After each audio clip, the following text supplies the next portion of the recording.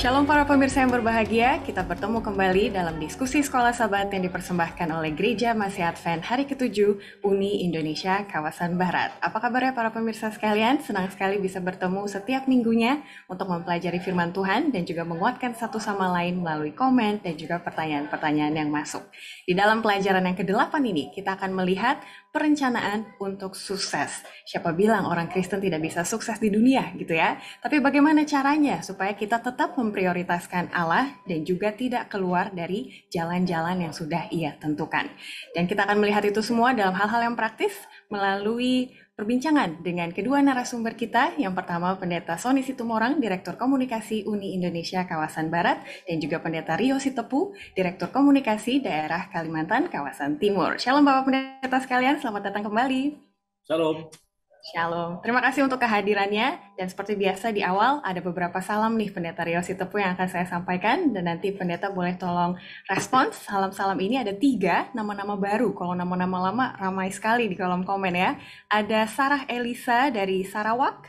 Dan juga Andreas di Makassar. Nah, Bapak Andreas ini mantan anggota di SEI-AK Riau. Jadi ketika episode-episode lalu melihat ada komen dari anggota SEI-AK Riau, maka beliau kirim salam gitu ya, karena mantan anggota di sana yang sudah di Makassar. Dan juga ada yang menonton dari New Hampshire di USA, Bapak Steven Winokan, dan juga di Tomohon, Sulawesi Utara maksud saya dari Bapak James Metusala. Untuk orang-orang ini pendeta ada dari Barat, Timur Indonesia, dan juga luar negeri. Pendeta ada respons untuk mereka sekalian? Baik, selamat sahabat kepada Sarah, Bapak Andreas, kemudian Stephen, dan Bapak James Metusala. Satu sukacita bisa bersama-sama selalu ya, belajar Alkitab, dan Tuhan memberkati selalu. Terima kasih. Salam dari Kalimantan Timur untuk saudara sekalian dari Pendeta Rio Sitepu. Dan Pendeta Sony Situmorang, ini ada 2 masukan yang baik sekali. Dari Sarah Elisa di Sarawak tadi dikatakan, terima kasih pelajaran sekolah sahabat setiap minggu dari Indonesia. Saya dari Sri Aman, Sarawak, selalu mengikuti pelajaran sekolah sahabat sekalian. Jadi banyak input selama berbakti di hari Sabat. Dan yang satu lagi dari Irva Marines, katanya, Pak Pendeta kalau sedang berbicara tolong boleh pelan-pelan sedikit tempo bicaranya, katanya seperti itu, karena mau mendengarkan kebenaran yang disampaikan. Ada tanggapan dari Pendeta Sony Situmorang? Baik, terima kasih ya atas sarannya, bagus sekali. Memang itu kelemahan sekaligus kelebihan. Jadi sudah antri di belakang mau keluar. Tapi kita akan adjust semaksimal mungkin. Terima kasih. Terima kasih. Memang kami sangat bersemangat dan juga ada durasi ya saudara-saudara. Jadi pengen dikejar semuanya tapi kadang jadi terlalu cepat. Terima kasih sudah mengingatkan kami. Dan sebelum Pendeta Rio Sitepu nanti berdoa buka, saya bacakan dulu ayat intinya dalam Kolose 3 ayat 23 sampai 24. Apapun juga yang kamu perbuat, perbuatlah dengan segenap hatimu seperti untuk Tuhan dan bukan untuk manusia. Kamu tahu bahwa dari Tuhanlah kamu akan menerima bagian yang ditentukan bagimu sebagai upah. Kristus adalah Tuhan dan kamu hambanya. Silakan Pendeta Sitepu. Mari kita sama-sama tunduk kepala, kita berdoa. Tuhan Allah kami yang bertata dalam kerajaan surga, terpujilah Engkau Bapa yang telah memberkati kami. Pada saat ini kami akan belajar bersama-sama. Kiranya Tuhan memberkati kami semua sehingga pelajaran-pelajaran yang akan kami diskusikan pada saat ini akan mengubah kehidupan kami semakin hari semakin dekat dan mencintai Tuhan. Kiranya Tuhan selalu memimpin kehidupan kerohanian kami sehingga pada saat Tuhan Yesus datang yang kedua kali, kami semua akan bertemu dengan Tuhan dan bersama-sama dalam kerajaan surga. Terpujilah Engkau Tuhan, ampunkan kami atas segala dosa kami. Di dalam nama Yesus kami berdoa. Amin. Amin, terima kasih. Mari kita berdiskusi bersama mulai dari hari Minggu dengan judul Hal Terutama Yang Pertama. Nah, ini dikatakan kalau mau sukses, sepertinya penekanannya harus dari muda ya Pendeta Rio Sitepu supaya tidak hilang jalan-jalannya. Apa yang dimaksud terutama pengkhotbah 12 ayat 1 ini? Silakan Pendeta boleh tambahkan. Baik, kalau kita lihat dari pelajaran kita pada hari Minggu, bahwa secara manusiawi, bahwa kesuksesan itu banyak dianggap seseorang yang memiliki harta di muka bumi ini ya, baik apakah itu rumah, tanah, dan sebagainya.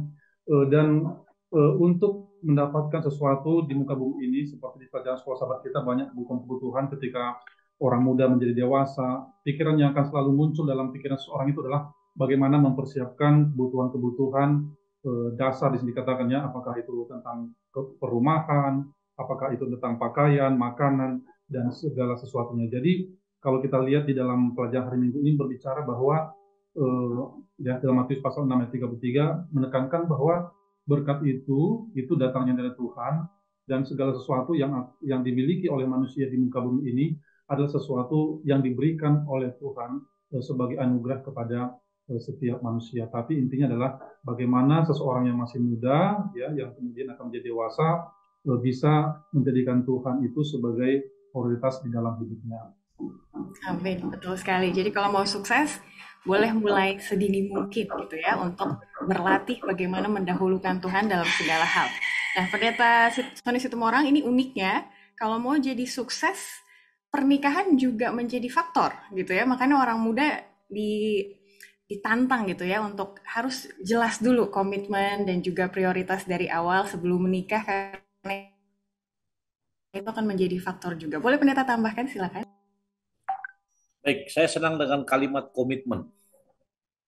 Komitmen merupakan suatu janji teguh atau janji hati dari seseorang untuk berjalan di rel yang sebenarnya dalam segala situasi. Dan paragraf ketiga hari Minggu mengatakan bahwa Yakub pertama membuat komitmen. Demikian juga orang-orang muda yang akan memasuki bahtera rumah tangga. Artinya hal terutama yang pertama harus dijelaskan. Kenapa? Mungkin Ivy bisa baca paragraf ketiga dimulai dari apakah. Ya, apakah orang ini seorang Kristen yang berkomitmen? Jenis pekerjaan apa yang dia masuki? Akankah orang ini akan menjadi seorang guru, perawat, pengacara, buruh, atau apa saja? Jenis kehidupan apa yang akan saya masuki? Pertanyaan lain yang harus dijawab sebelum komitmen perkawinan adalah tingkat pendidikan apa yang telah diselesaikan, berapa jumlah utang yang akan datang dalam perkawinan, apakah saya rela untuk menerima situasi ini sebagai bagian dari tanggung jawab saya? Nah, sengaja saya baca dari tengah, itu berhubungan dengan pasangan masa depanmu. Jadi sekolah sahabat pada pekan ini sangat-sangat relevan dengan kehidupan orang muda, di mana hal terutama yang pertama adalah Allah, diterangkan. Yang kedua, ketika Anda memprioritaskan Tuhan, apakah Anda berkomitmen untuk menjadikan Dia yang pertama? Karena terus terang begini, Ivy sama Pak Soryo dan juga para pemirsa, ketika bicara tentang agama, semua kita beragama. Ketika kita bicara tentang iman, maka semua kita mengaku beriman. Tapi ketika berbicara tentang komitmen, maka itu merupakan hal yang menjadi prinsip dasar kita yang kita implementasikan sehari-hari. Dan itu sudah dibuktikan oleh Yusuf di Mesir, kemudian Yakub dalam kasus ini. Itu dari saya. Terima kasih. Terima kasih Pendeta, ini merupakan sebuah checklist ya saudara-saudara. Apakah saya berada dalam jalan menuju kesuksesan? Mungkin bisa dijawab pertanyaan-pertanyaan yang menjadi pertanyaan Yakub sebelum dia menikah dan juga untuk menentukan jalan hidupnya ke depannya. Terima kasih Bapak Pendeta sekalian, kita lanjut ke hari Senin. Sekarang kita mau realistis aja deh ngomongnya gitu ya. Saya bekerja tapi saya nggak enjoy sama pekerjaan saya karena tidak ideal, misalnya seperti itu. Apa yang bisa kita pelajari dari Adam di sini, Pendeta Rio Sitepu, silakan. Oke, baik. Pelajaran hari Senin ini berbicara tentang berkat pekerjaan. Kalau kita memahami tentang pekerjaan, bahwa pada saat Allah menciptakan Adam dan Hawa, Allah telah memberikan pekerjaan kepada mereka. Artinya adalah prinsip yang diberikan oleh Tuhan adalah bahwa setiap manusia itu dia harus bekerja. Bahkan pada saat nanti kita juga setelah Yesus datang yang kedua kali nanti, kita bersama-sama dalam kerajaan surga, kita juga tetap bekerja. Prinsipnya adalah bahwa Allah menginginkan setiap manusia itu menggunakan tenaga ataupun berkat yang Tuhan berikan kepadanya untuk bisa melakukan sesuatu pekerjaan. Berbicara tentang pekerjaan, memang banyak pekerjaan yang ya kadang kita merasa nyaman dengan pekerjaan itu. Ya, secara pribadi, saya merasa nyaman dengan pekerjaan saya, tapi belum tentu yang lain nyaman dengan pekerjaan itu. Prinsip yang harus kita pelajari adalah bahwa saya katakan menemukan sesuatu yang Anda sukai, yang dapat memberi Anda penghasilan yang baik, mendapatkan pelatihan di dalamnya, mencari pekerjaan untuk melakukannya, dan mengerjakannya selama bertahun-tahun kerja Anda.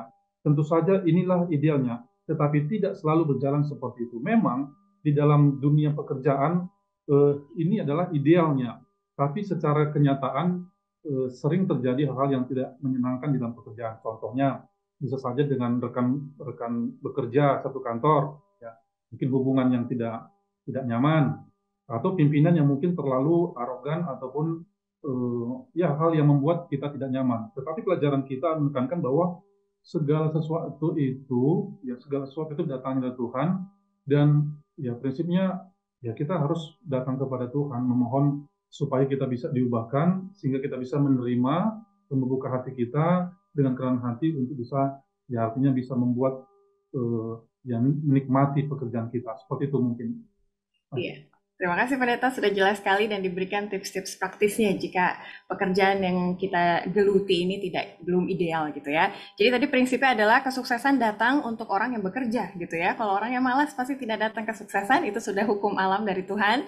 Lalu berikutnya carilah yang ideal sebisa mungkin gitu ya. Tapi kalau misalnya tidak bisa, kita coba positive minded gitu ya, mencari berkat-berkat Tuhan di dalamnya. Nah, ini saya lanjut ke Pendeta Sony Situmorang. Jadi berkat-berkat seperti apa Pendeta yang membantu kita positive minded walaupun mungkin pekerjaan saya yang sekarang ini belum ideal gitu. Apa yang bisa saya cari ya supaya saya bersyukur dan juga semangat mau jadi sukses? Silakan Pendeta. Berbicara mengenai ideal, maka ketika Anda mendapatkan pekerjaan, maka itu merupakan satu berkat terindah. Karena tidak semua orang di dunia ini mendapatkan pekerjaan. Namun, seperti yang dikatakan tadi, bahwa pekerjaan itu bisa menjadi berkat dan juga bisa menjadi kutuk. Tergantung bagaimana Anda nilainya. Lalu bagaimana kita agar dapat menjadikan berkat pekerjaan itu menjadi apa? Ideal. Satu yang paling penting adalah menurut Pilihan Sekolah Sahabat, ketika Anda menemukan sesuatu pekerjaan yang Anda sukai, yang merupakan bidang Anda, ekspertis Anda, dan Anda juga enjoy melakukannya. Ya, itu idealnya. Namun, pekerjaan juga tidak melulu sesuai dengan apa yang kita inginkan. Contoh, ada pekerjaan yang mau tidak mau terlakukan, karena itu syarat untuk mencari nafkah. Tapi yang paling ideal, kalau saudara lihat di pelajaran Sekolah Sahabat hari Senin, maka Tuhan tahu apa pekerjaan yang terbaik bagi umat-umatnya. Hal itu dibuktikan dengan ketika dia menempatkan siapa? Adam dan Hawa, menurut Kejadian 2:15, untuk, saya akan baca mungkin, Tuhan Allah mengambil manusia itu dan menempatkan dalam Taman Eden untuk mengusahakan memelihara taman itu. Ayat ini sekilas hanya ayat informasi. Namun makna yang paling besar di dalamnya adalah bahwa Allah menciptakan manusia untuk membuat manusia itu bahagia. Mungkin Ivy boleh baca paragraf ketiga, bagian 2, dimulai dari seandainya. Seandainya kebahagiaan manusia terdiri dari tidak melakukan sesuatu, maka dalam keadaannya sebagai makhluk suci yang tanpa salah akan dibiarkan menganggur. Tetapi Dia yang menciptakan manusia mengetahui apa yang akan membuatnya bahagia. Dan segera setelah Dia menciptakannya, maka Allah menugaskan kepadanya pekerjaan, janji untuk kemuliaan masa depan, dan perintah bahwa manusia harus bekerja keras untuk makanan sehari-harinya datang dari tahta yang sama. Kata Tuhan, manusia mau untuk bahagia. Dan untuk bahagia, dia harus bekerja. Jadi intinya bahwa pekerjaan merupakan berkat terindah.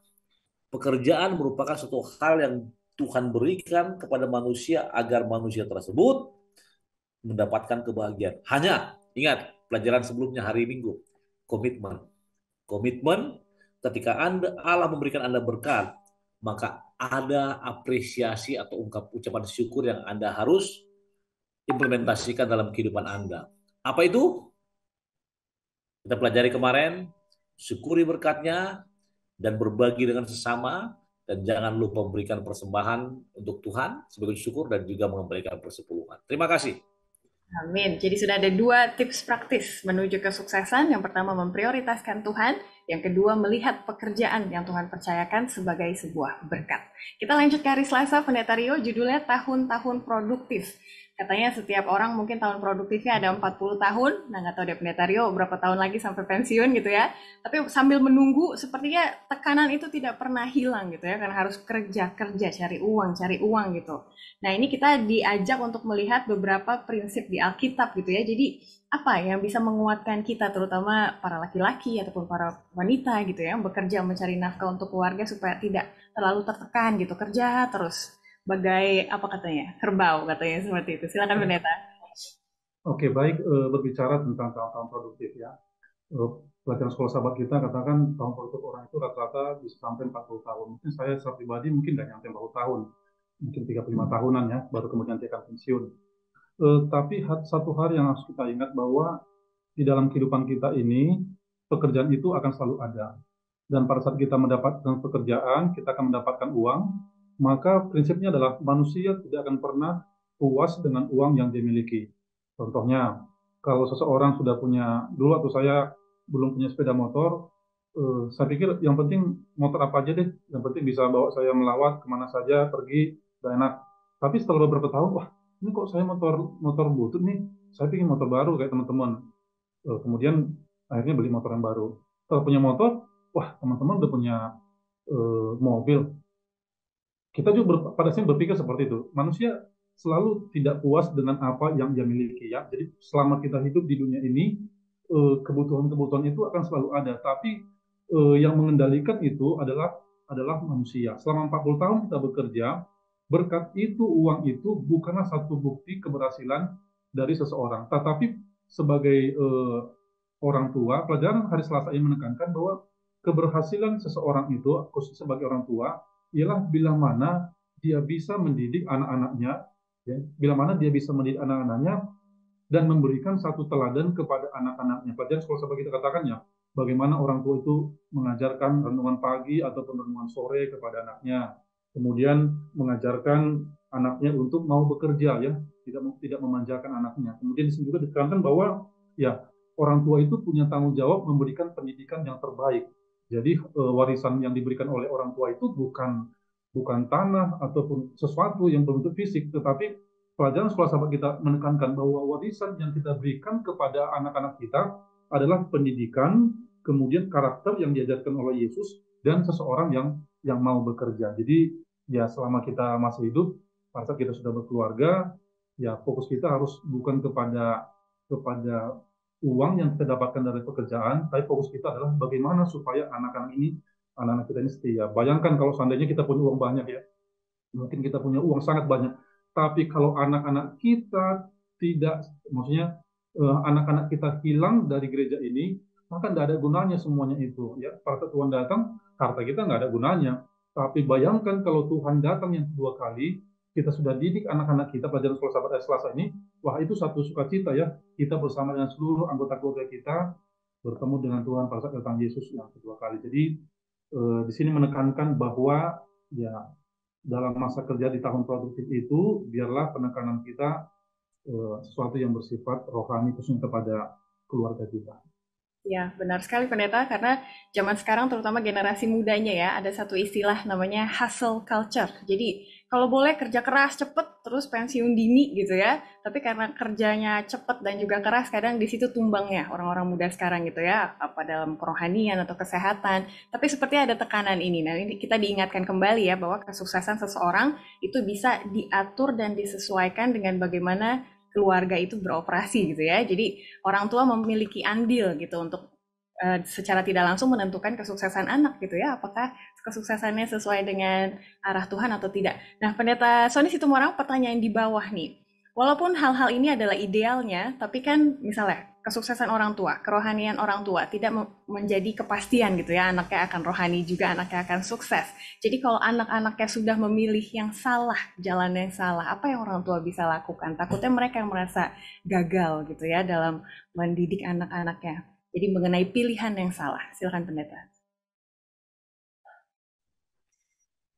Pertanyaan di bawah merupakan hal yang sering terjadi di kalangan para orang tua. Banyak orang tua mengatakan kami telah didik dari kecil ke gereja tiap Sabat, ikut acara Pathfinder, PA, semua.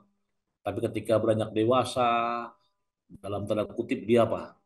salah arah oleh karena pernikahan dengan yang beda agama, oleh karena hal-hal lainnya, pekerjaan, sehingga dulunya sangat aktif. Setelah dewasa banyak yang hilang. Nah, apakah orang tua boleh memperserahkan diri kalau ada seperti ini? Ada satu biblical base atau dasar Alkitab yang harus kita ingat untuk menjawab ini, yang penulis perjalanan sekolah sahabat sampaikan dalam 1 Timotius 5 ayat ke-8. Mungkin Ivy ada bisa baca 1 Timotius 5 ayat ke-8. Kenapa ini penting?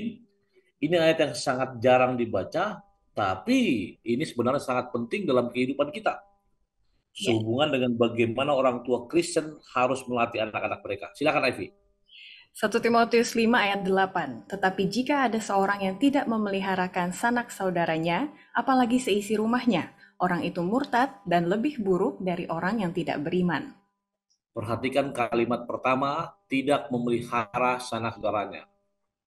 Artinya anak-anaknya, relatifnya, saudaranya, keluarganya, dikatakan itu tidak beriman, bahkan murtad, lebih buruk dari tidak beriman. Nah, penulis pelajaran ingin menekankan kepada kita, seringkali kita terbawa dalam situasi ini, Ivy, Pak Pastor Rio. Kita mengetahui kebenaran, oke? Kita hidup ya cukup-cukup lah. Tapi kita seolah-olah mau tampil di depan atau apa yang saya katakan pencitraan, kita ikut aktivitas kita di gereja, bantu orang miskin, bantu semua. Tapi ketika itu datang ke keluarga kita, ternyata di luar sana masih banyak keluarga kita yang butuh pertolongan. Tapi kita tutup mata. Nah, bagi para pemirsa hati-hati. Bagi kita semua, bukan para pemirsa, kita semua. Kenapa? Alkitab mengatakan, anak-anak harus dirawat, sanak saudara harus dirawat. Lalu apakah perlu ada rasa penyesalan? Ingat, memang penulis pena inspirasi mengatakan bahwa ketika nanti Tuhan datang dan kita akan sampai ke surga, maka pertanyaan Tuhan itu Yesus adalah di manakah anak-anakmu? Kan begitu. Bukan ditanyakan Pak Suryo ya berapa banyak kebun sawitmu Pak Suryo ya Anda ya. Bukan tanyakan berapa banyak tanahmu ya Ivy ya bukan. Tapi apa di mana anak-anakmu? Dan itulah sebabnya apakah orang tua perlu mempersalahkan diri? Selama orang tua tersebut telah membimbing anak tersebut di jalur yang benar dengan kerohanian yang baik, maka pilihan ada di tangan individu itu sendiri. Itu sebabnya peliharalah anak-anak kita pada 12 tahun pertama katanya, 12 tahun pertama. Itu merupakan fondasi dasar dari iman semuanya. Itu dari saya. Dan juga para pemirsa, nanti untuk lebih lengkap, ada 3 poin untuk orang tua, Anda bisa baca sendiri, yang di paragraf keempat ya, menjadikan sebuah keluarga, mengajarkan mereka bekerja, dan menolong mereka memberikan pendidikan yang baik. Terima kasih. Terima kasih Pendeta. Jadi pemirsa boleh dilanjutkan di diskusi UKSS masing-masing. Sepertinya untuk sukses dalam hal keuangan ada pengaruh dari kesuksesan dalam pernikahan dan juga kesuksesan dalam keluarga. Itu bagaimana gitu ya dalam hal praktisnya? Mungkin itu boleh lebih memeriahkan diskusi di UKSS masing-masing. Kita lanjut terlebih lagi untuk ke hari Rabu dengan judul Bekerja dengan Integritas. Nah, kita akan melihat dari Yakub, Laban, Yusuf, Potifar, bagaimana faktor sepertinya karakter yang baik gitu ya, itu menentukan kesuksesan juga. Benar atau tidak Pendeta Rio Sitepu? Silakan. Ya, berbicara tentang integritas ini sesuatu yang penting. Apa itu integritas? Ya. Integritas adalah melakukan sesuatu yang benar ya. Jadi integritas itu prinsipnya adalah sesuatu hal yang kecil dilakukan dengan benar, pada saat diberikan hal-hal yang besar dilakukan dengan benar. Jadi integritas ini berbicara tentang kejujuran dari seseorang. Oke, di dalam pelajaran Rabu ini berbicara juga tentang bagaimana seorang Kristen itu bekerja dengan integritas. Ya, beberapa waktu yang lalu saya pernah dengar satu kutipan yang dengan kutipan meledek ya. Jangan sampai katanya tidak makan udang tapi makan uang katanya. Ini kan ledekan yang sering sering kita dengarkan. Kalau pelajaran hari Rabu ini berbicara tentang ya, kalau orang yang punya integritas, integritas ini selalu berbicara tentang Tuhan. Orang yang memiliki integritas, dia akan selalu melakukan pekerjaan itu dengan melihat kepada Tuhan. Contohnya seperti Yusuf kan, pada saat dia menghadapi satu pencobaan, integritasnya muncul di situ. Bagaimana mungkin aku melakukan kejahatan ini kepada siapa? Kepada Allahku katanya. Bagaimana mungkin aku melakukan kejahatan ini kepada Tuhanku? Tidak ada seorang pun yang ada di tempat itu. Ya, kita bisa lihat bahwa seseorang yang memiliki integritas, seseorang yang takut kepada Tuhan, ya saya baca di di buku satu kutipan yang dituliskan oleh Ellen White di buku Kebahagiaan Sejati. Di buku Kebahagiaan Sejati dikatakan seperti ini: orang yang memikirkan tentang Tuhan, yang dalam hidupnya selalu memikirkan tentang Tuhan, maka pada saat dia menghadapi satu pencobaan, maka dia sama seperti bunga yang selalu menghadap kepada matahari. Jadi katanya, seseorang yang dekat dengan Tuhan, memiliki integritas yang mengasihi Tuhan, pada saat dia menghadapi satu pencobaan, secara otomatis dia akan langsung mengingat Tuhan. Jadi ini integritas. Kalau kita lihat di dalam pelajaran sekolah sahabat itu juga, bahwa ada contoh di sini ya, Yakub, ya, dengan kehadiran Yakub, seorang yang setia, jujur, ya kita tidak lihat masa lalunya, tapi melalui kehadiran Yakub ini, ya orang lain terberkati. Ya, jadi berkat itu tidak hanya didapatkan oleh Yakub, tetapi orang yang ada di sekitarnya. Sama juga seperti Yusuf, ya. Yusuf pada saat dia hadir, dia seorang yang jujur, memiliki integritas, ya dia dikasihi oleh Potifar, ya. Bahkan dia semakin diberkati oleh Tuhan. Jadi kalau kita baca pelajaran sekolah sahabat kita ini, di sini katakan Yusuf makmur karena Tuhan menyertai dia. Ya, artinya karena ada Tuhan. Tapi pelajaran kita juga bahwa walaupun segala sesuatu bisa dimiliki oleh manusia dengan kekuatannya, tapi semua berkat itu datangnya dari Tuhan. Yusuf berhasil karena seorang yang memiliki integritas dan Tuhan menyertai Yusuf. Dia menjadi berkat kepada orang lain. Jadi ini juga yang kita harapkan, ya. Masa kita belajar sekolah sahabat ini, berkat itu tidak hanya kita yang mendapatkan dari Tuhan, tapi orang lain juga bisa merasakan berkat itu melalui kehadiran kita di mana saja kita berada. Seperti itu. Menarik sekali ya, jadi orang berintegritas membawa berkat kepada bisnis ataupun pekerjaannya dan juga orang-orang sekitarnya. Ada satu pertanyaan menarik nih, Pendeta Sony Situmorang, hari Jumat nomor 2. Kalau orang berintegritas, Tuhan bilang Tuhan akan berkati supaya jadi sukses. Tapi pada kenyataannya ada kok orang yang tidak berintegritas tapi sukses gitu ya. Nah itu di mana kita membenarkan atau menanggapi statement seperti itu? Silakan Pendeta. Dalam konteks ini saya bertanya kepada penulis pelajaran, apa definisi sukses?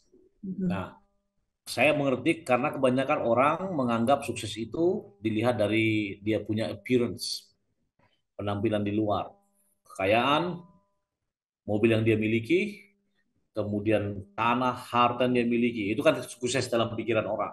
Nah, sedangkan tadi dikatakan Tuhan hanya orang yang berintegritas yang Tuhan yang Tuhan akan berikan sukses. Kenapa rupanya dengan orang yang berintegritas? Kalau kita ambil dari terjemahan sehari-hari, maka integritas itu berhubungan dengan apa?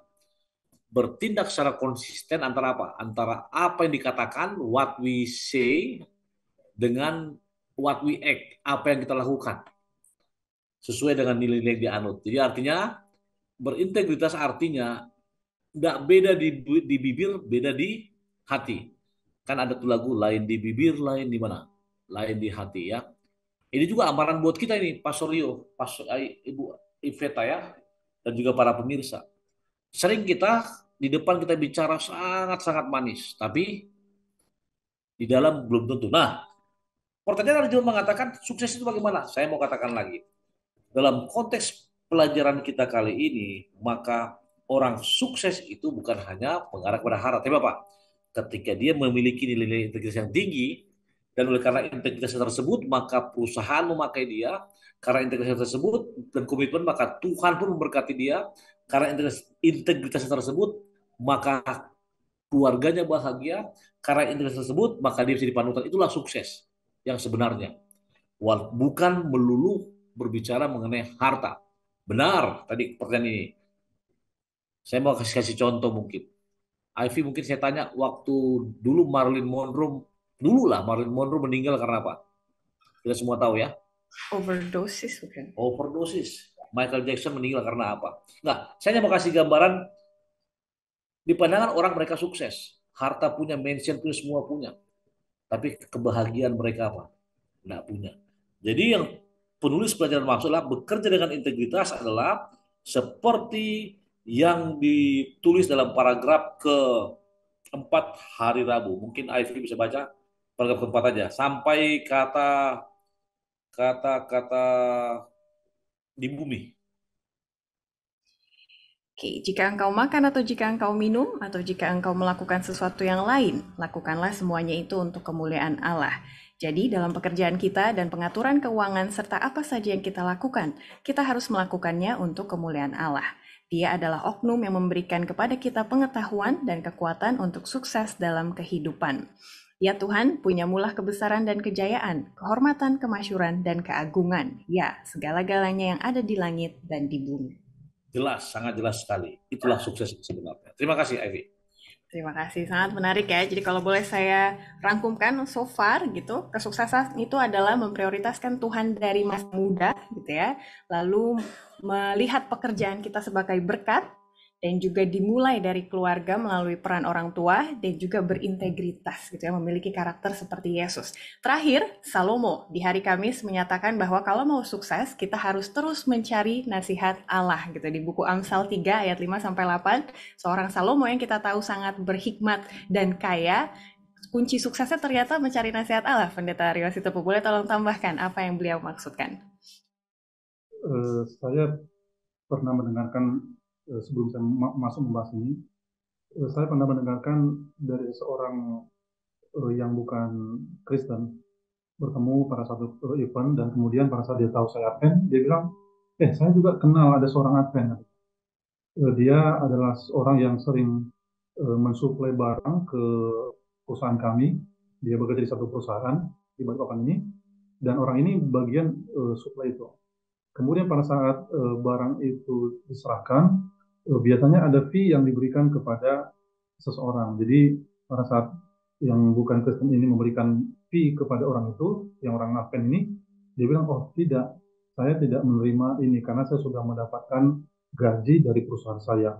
Kalau Bapak memang mau memberikan fee kepada saya, tolong kurangi saja apa yang harus kalian bayar, atau berikan saja itu kepada perusahaan di mana saya bekerja. Dan kemudian dia tidak pernah terima itu, dan ya orang yang bertemu dengan saya itu bilang, wah saya sangat salut dengan disebut nama ya anggota kita di Balikpapan ini, saya sangat salut dengan orang itu. Saya kasih sesuatu kepada dia, tapi dia bilang tidak, karena saya sudah mendapatkan gaji dari perusahaan saya. Dan memang orang ini ya saya bisa katakan diberkati, mungkin secara materi tidak sekaya orang banyak, tapi kalau saya bisa melihat bahwa dia mendapatkan berkat melalui anak-anaknya ya, anak-anaknya yang setia di gereja, melayani di gereja, kemudian ya di dunia pekerjaan juga saya lihat bahwa anaknya berhasil. Ini contoh-contoh ya bagaimana orang yang berintegritas dia bisa menjadi terang, menjadi berkat kepada orang lain, sehingga orang lain juga melakukan hal yang benar sesuai dengan apa yang telah diperintahkan oleh Allah.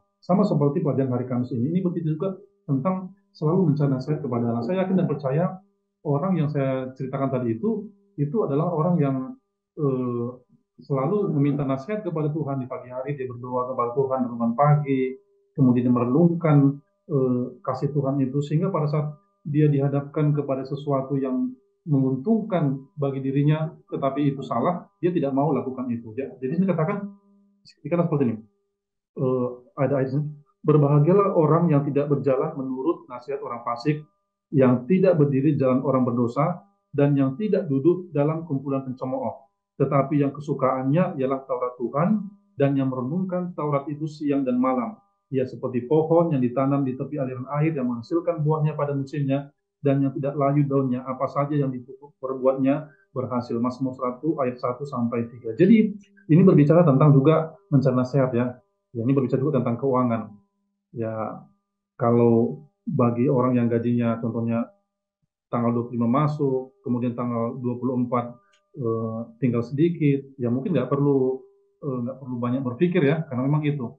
Tapi bagi seseorang yang mungkin gajinya sangat banyak, ya dia mungkin perlu memikirkan apa yang saya harus buat dengan uang yang saya miliki ini. Jadi pelajaran kita ini menekankan bahwa prinsipnya adalah bahwa ya saya tidak usah sebutkan satu persatu ya bagaimana cara mengatur uang, karena sini juga dijelaskan. Tapi prinsipnya adalah bagaimana penghasilan yang kita miliki itu juga kita bisa atur dengan sebaik mungkin dan dia tidak minus. Ya, jadi contohnya kalau saya punya gaji 5 juta, jangan sampai pengeluaran saya ya setelah dipotong perkebunan terpadu contohnya 3-4 juta, ya jangan sampai pengeluaran saya lebih dari dari 4 juta yang harusnya saya bisa kelola, tapi 4 juta itu harus bisa memenuhi bagian saya. Dan buku Penatalan juga katakan bahwa setiap berkat yang Tuhan berikan kepada kita itu juga ada, maksudnya ada yang harus kita sisihkan untuk menjadi berkat bagi orang-orang yang tidak mampu, bagi orang-orang yang tidak bisa makan.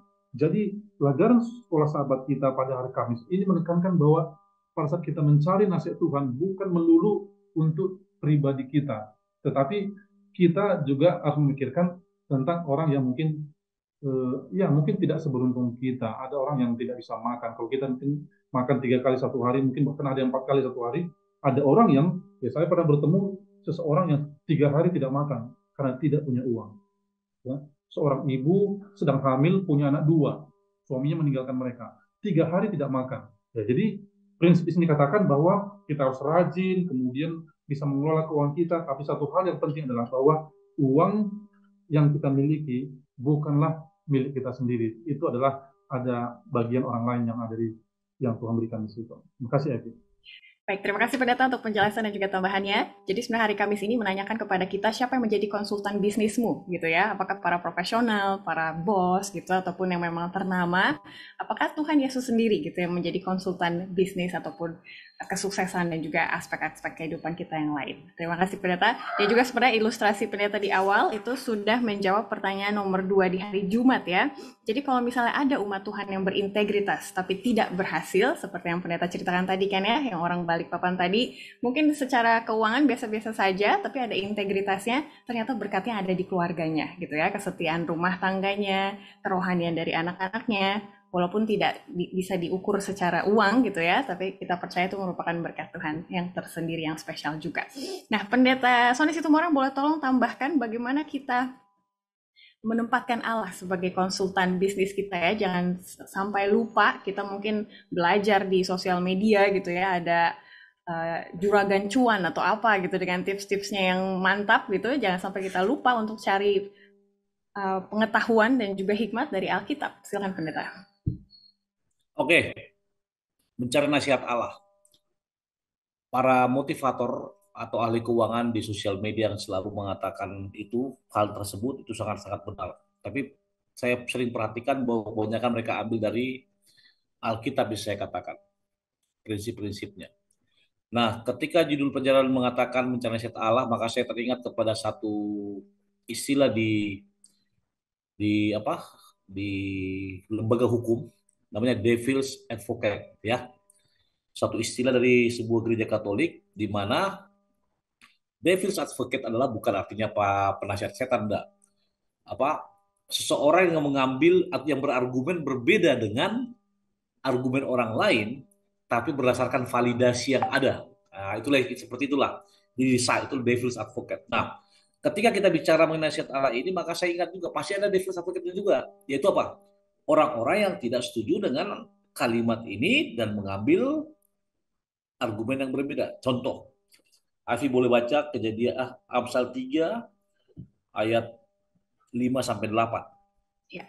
Ini sebenarnya yang paling penting dan terpenting dalam menerapkan keuangan dasar. Silakan Afi. Amsal 3 ayat 5 sampai 8, percayalah kepada Tuhan dengan segenap hatimu dan janganlah bersandar kepada pengertianmu sendiri. Akuilah Dia dalam segala lakumu, maka Ia akan meluruskan jalanmu. Janganlah engkau menganggap dirimu sendiri bijak, takutlah akan Tuhan dan jauhilah kejahatan. Itulah yang akan menyembuhkan tubuhmu dan menyegarkan tulang-tulangmu. Dari ayat ini maka rangkuman dari penjabaran di bawah yang ada 7 itu terorganisasi, belanjakan kurang dari penghasilan, simpan sebagian dari setiap pengajian, hindari hutang, pekerjaan rajin, dan lain-lain termaktub di dalam ini. Tadi Ivy sudah baca pertama percaya, oke? Ya. Jangan pakai pikiran sendiri. Lalu akui dia, artinya kita akui bahwa semua yang kita dapat ini merupakan milik dia kan? Pakai kelulusan jalanmu. Lalu jangan engkau menganggap dirimu bijak. Nah ini yang salah. Banyak sekali orang yang menganggap apa? Saya dapat harta kekayaan, saya bisa sukses dapat cum laude, saya tamat dari S1, S2 seperti Ivy kan, misalnya baru tamat kan. kita merasa, oh itu because of my effort. Padahal itu dikatakan apa? Itu merupakan Allah punya. Kalau Allah lakukan itu apa dikatakan? Itulah yang akan menyembuhkan tubuhmu ayat 8 dan menyegarkan tulang-tulangmu. Ekspresi penulis Raja Sulaiman di situ ingin mengatakan bahwa secara fisik, mental, spiritual, dan juga aset engkau secure. Lalu, apa yang akan dibuat oleh Devil's Advocate? Nah, hati-hati mungkin Ivy sama para pemirsa di rumah. Jadi saya selalu perhatikan di sosial media. Perhatikan. Tidak semuanya tips-tips itu sesuai dengan norma yang ada. Contoh, ini coba nanti perhatikan. Ambil satu kasih tip dari 7 item yang ada, minimal ada satu yang sebenarnya dia punya hidden agenda di sana. Walaupun mereka memperbanyak apa ya, memperbanyak viewers segala, tapi ada satu. Tapi kalau itu berdasarkan firman Tuhan, seperti banyak di YouTube sekarang ini, itu sangat bagus. Intinya apa? Nasihat Allah sangat penting. Karena pada hari Minggu dikatakan, memprioritaskan Allah yang pertama dan terutama, dan berkomitmen dengan Allah. Terima kasih. Terima kasih sekali. Dan para pemirsa boleh silakan dilanjutkan pertanyaan-pertanyaan yang kami sampaikan di sini di diskusi UKSS masing-masing, biar juga bisa dijawab supaya lebih relevan gitu ya, melokal dan sesuai konteks. Kita akan masuk ke kesimpulan dari pelajaran kali ini. Saya akan menanyakan pertanyaan nomor 1 di hari Jumat ke Pendeta Sony Situmorang terlebih dahulu ya.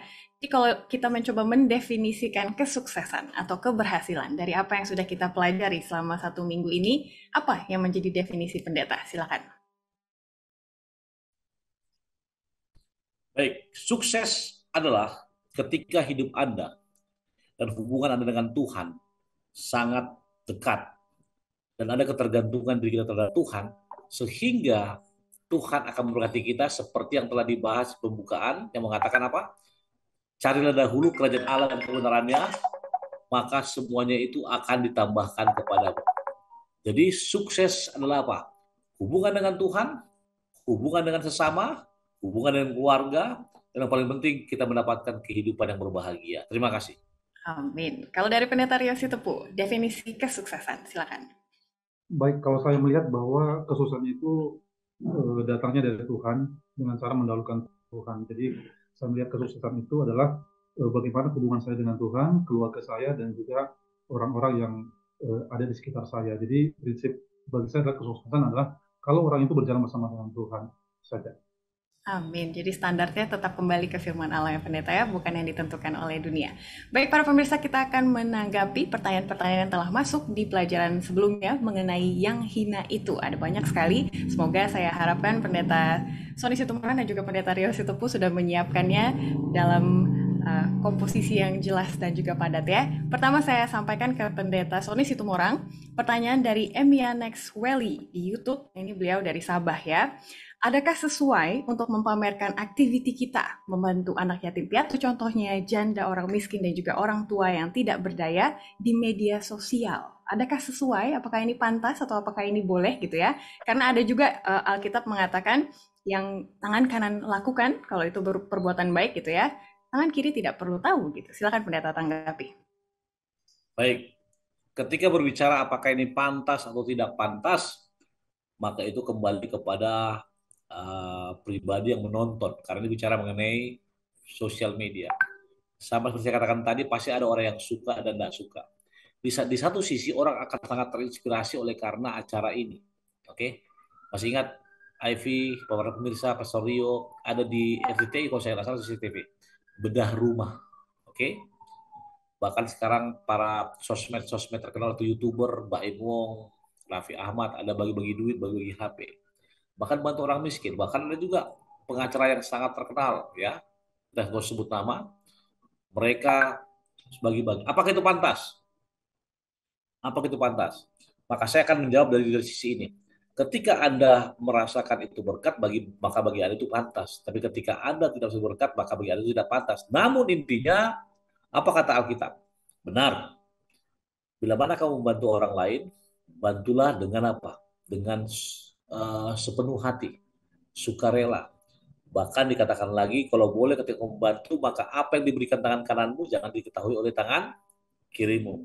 Karena membantu orang, menolong orang, bukan untuk dipamerkan kepada orang lain, tapi itu merupakan satu gaya hidup atau komitmen kita kepada Tuhan, bahwa ketika saya hidup, saya akan jadi berkat bagi orang lain. Saya suka sebutan dari bahasa Minahasa, Sito Tumoto, ya. Kita hidup untuk menghidupkan orang lain. Koreksi kalau saya salah. Artinya intinya apa? Saya eksis, saya hidup karena saya digunakan Tuhan untuk menjadi berkat bagi banyak orang. Jadi masalah pantas atau tidak pantas, saya katakan kita kembali ke Alkitab, sebaiknya apa yang diberikan tangan kananmu, jangan tahu ke tangan kirimu. Itu lebih baik bagi menurut saya. Terima kasih. Terima kasih untuk Bapak Welly di Sabah yang sudah menanyakan dan juga Pendeta Situmorang yang menjawab tadi. Kita lanjut ke pertanyaan Bapak Dewanta Manik, saya arahkan kepada Pendeta Rio Sitepu. Sebenarnya masih mirip dengan pertanyaan tadi Pendeta, bagaimana caranya supaya ketika kita membantu, kita tetap rendah hati? Karena sebagai manusia ada kecenderungan kan untuk membanggakan diri, dan juga pertanyaan lanjutan adalah bagaimana ketika kita membantu, kita tidak termotivasi untuk mencari berkat yang lebih banyak lagi dari Tuhan. Silakan Pendeta tanggapi. Baik prinsip yang diajarkan oleh Yesus bahwa setiap orang Kristen itu harus menjadi berkat kepada orang lain. Jadi dia harus bisa memberi apa yang dia bisa berikan kepada orang yang kesusahan. Kemudian prinsip yang kedua yang harus kita ingat supaya jangan sampai kepada dosa kesombongan, kita harus selalu mengingat bahwa segala sesuatu yang kita miliki itu bukan milik kita, itu adalah milik Tuhan yang dipercayakan kepada kita, sehingga tidak akan muncul kesombongan karena itu bukan milik saya, itu adalah milik Tuhan, yang saya bagikan adalah milik Tuhan. Kemudian bagaimana dengan berkat? Ya, di dalam buku Penata Layanan halaman 13 itu ditekankan bahwa pada saat kita membantu orang lain sebenarnya kita mendapatkan berkat dari Tuhan. Ya, bahkan dikatakan di situ 2 kali lipat. Mungkin bukan dalam bentuk materi, tetapi mungkin dalam bentuk yang lain. Mungkin bisa menjadi berkat kepada orang lain juga. Tapi prinsipnya adalah bahwa pada saat kita melakukan sesuatu kebaikan, itu harus datang atas dasar kasih kita kepada Kristus. Sehingga tidak akan muncul kesombongan kepada orang yang memberi tersebut. Karena segala sesuatu adalah milik Tuhan. Ini yang prinsip yang harus kita miliki. Segala sesuatu adalah milik Tuhan, dan saya hanya orang yang dipercayakan Tuhan sebagai penata layanan Tuhan. Terima kasih, David.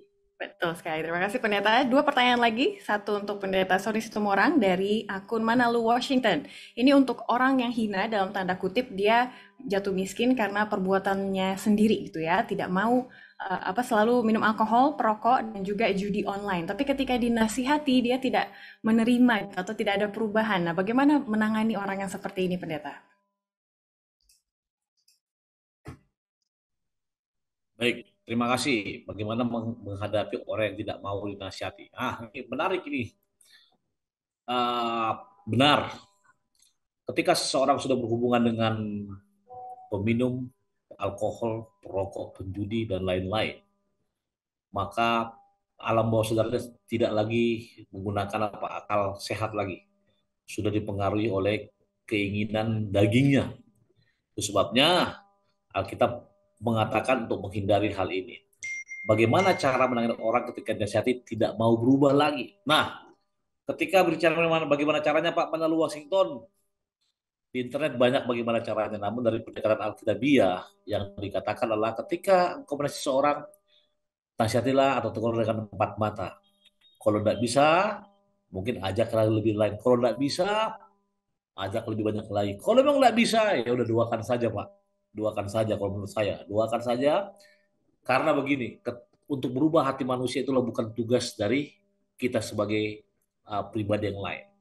Itu pekerjaan Roh Kudus. Dan saya percaya ketika Roh Kudus bekerja, maka banyak pertobatan-pertobatan radikal yang sudah kita lihat, termasuk pribadi ini. Dia akan berubah ketika dia mendengarkan tuntunan Roh Kudus.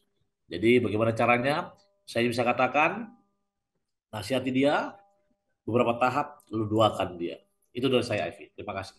Terima kasih Pendeta. Dan juga untuk orang candu sebenarnya perlu atensi medis dan juga kejiwaan gitu ya, selain dari kerohanian. Jadi mungkin itu akan membantu dia untuk berpikir lebih jernih sebelum Bapak masuk untuk menguatkannya melalui firman Tuhan. Terima kasih. Pertanyaan terakhir Pendeta Rio Setepu datang dari akun Michael Gabrish. Nah ini, untuk istilah orang yang hina, apakah itu hanya untuk orang yang miskin seperti itu atau ada kategori-kategori lain yang termasuk di dalamnya? Silakan Pendeta.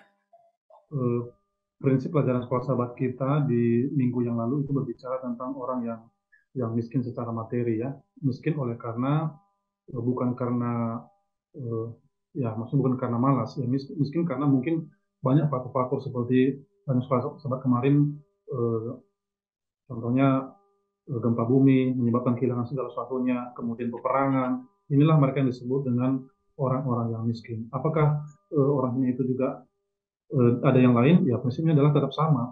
Orang yang miskin adalah orang yang membutuhkan pertolongan. Kita juga bisa masuk kepada orang-orang yang contohnya seperti tadi, orang yang minum alkohol, itu juga bisa menjadi apa? Mungkin dia tidak miskin secara materi, tetapi miskin dalam hal kepercayaan diri, mungkin miskin dalam pengetahuan akan Tuhan. Jadi kita bisa menolong mereka. Jadi dalam arti kata miskin itu tidak hanya berfokus kepada miskin secara fisik ataupun materi, tetapi dalam hal tertentu juga bisa menjadi pertolongan kepada mereka. Amin, terima kasih. Dan pemirsa, untuk interaksinya dari minggu ke minggu kami sangat hargai. Jadi kami tunggu lagi untuk pertanyaan dan juga komen-komen berikutnya. Untuk menutup kebersamaan kita, saya kembali ke Pendeta Sony Situmorang untuk melakukan doa berkat bagi para pemirsa sekalian. Silakan Pendeta. Baik, kita berdoa. Tuhan Allah Bapa Semawi, Bapa yang Maha Baik, yang berkemurahan, Bapa pencipta alam semesta, hati kami bersukacita ketika kami boleh mempelajari firman Tuhan dalam diskusi sekolah sahabat kami pada saat ini. Bapak, kami percaya ketika pembahasan kami membahas mengenai bagaimana sukses dalam pandangan Tuhan, maka kami sedang diarahkan untuk boleh menjadi berkat bagi semua orang. Berkati hamba-Mu, Pendeta Rio, Ivy, dan juga Daniel yang layar. Demikian juga para pemirsa yang setia menyaksikan acara ini. Biarlah berkat Tuhan berlaku bagi mereka, dan khususnya Tuhan, Engkau akan bantu mereka semua ketika mereka dan kami punya masalah, problema, pergumulan hidup. Tuntun kami untuk berani menghadapinya. Dan biarlah tuntunan Roh Kudus surga akan memenuhi hati dan pikiran kami. Bapa, terima kasih Tuhan, karena waktu yang indah ini. Terpuji nama Tuhan, kami berdoa. Amin. Amin. Bersyukur sekali untuk kehadiran Pendeta Rio Sitepu dan juga Pendeta Sony Situmorang kali ini. Tuhan memberkati pelayan Bapak Pendeta sekalian. Dan juga bagi pemirsa, kalau sukses itu boleh, tapi bagaimana dengan tamak gitu ya, kita over daripada ekspektasi kesuksesan kita. Itu akan kita bahas di pelajaran ke-9 minggu depan. Semoga sehat-sehat, Tuhan memberkati kita semua.